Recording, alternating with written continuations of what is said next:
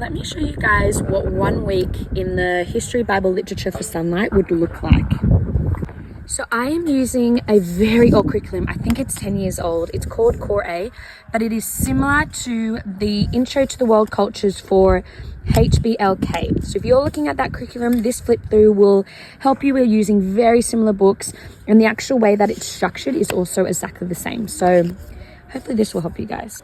On this table right now, I've got all the books you would need for the first week of Sonlight. So this would be your whole first week. You'd have a basket somewhere with these books. Now for the first day, I will show you exactly what we're going to do and what a day would look like for day 1. And that is just this pile here. So we'd use 1, 2, 3, 4 books on the first day. And you'd have these on hand for the other days because we're going to be jumping back and forth. To give you a little overview, what we'll be using for the whole week is this Bible. We'll be flipping through different parts. For history, we're going to be using Children's Encyclopedia. Don't mind maybe baby grumbling over there. Living Long Ago and I Heard the Good News Today. Oh yes, what do you think? She's a bit grumpy, she needs to go to sleep. And then for poetry and nursery rhymes, we're going to be using The Llama Who Had Pajamas, which has got poems in it. And then this book is the Mother Goose book of nursery rhymes. So we're going to be using these a tiny bit, and then our read aloud for the first week until it's done is the Boxcar Children, and our picture book story at the end of the week is a story about Pin. Alrighty, so if we're going to zoom into day 1, we would start off with our Bible story and we'd be doing our memory verse together.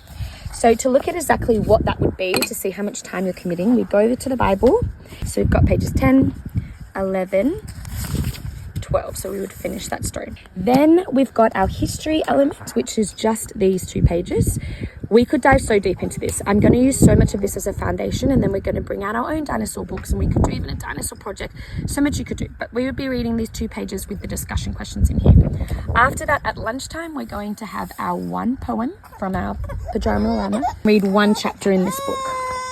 Alrighty, so if this is our read aloud, we'd be reading the first chapter, which starts on page 7, and then we'd be reading each of these pages while we eat lunch, and I think it goes over to page 15. Yes, so that's a new one. So that's how many we'd be reading. It's around 8 pages, and that would be 1 day worth of Sonlight. So I've shown you the books that are in day 1. You can see here that the other days are quite similar, but using the other books I showed you, they kind of jump around. 2 days with the Encyclopedia for History, then 1 day in 2 days in Living Long Ago. And then the I Heard the Good News Today, which is really cool missionary stories, is just on that extra 5-day schedule. They've always got a chapter from the read aloud, and they jump between poetry and nursery rhymes each day. And of course the Bible, they just do a little chunk every day. So as you can see here, they've got like notes for you as the parent in what you're reading in the Bible and the history and the read aloud. It's got questions to ask the kids, deeper information into historical things, hands-on experiences. It's really cool, and we'll share all of these thoughts until the end, and then we will start week 2, and it will just continue you on with the similar history books, and then they'll start eventually changing the chapter books as they go along, which is really fun.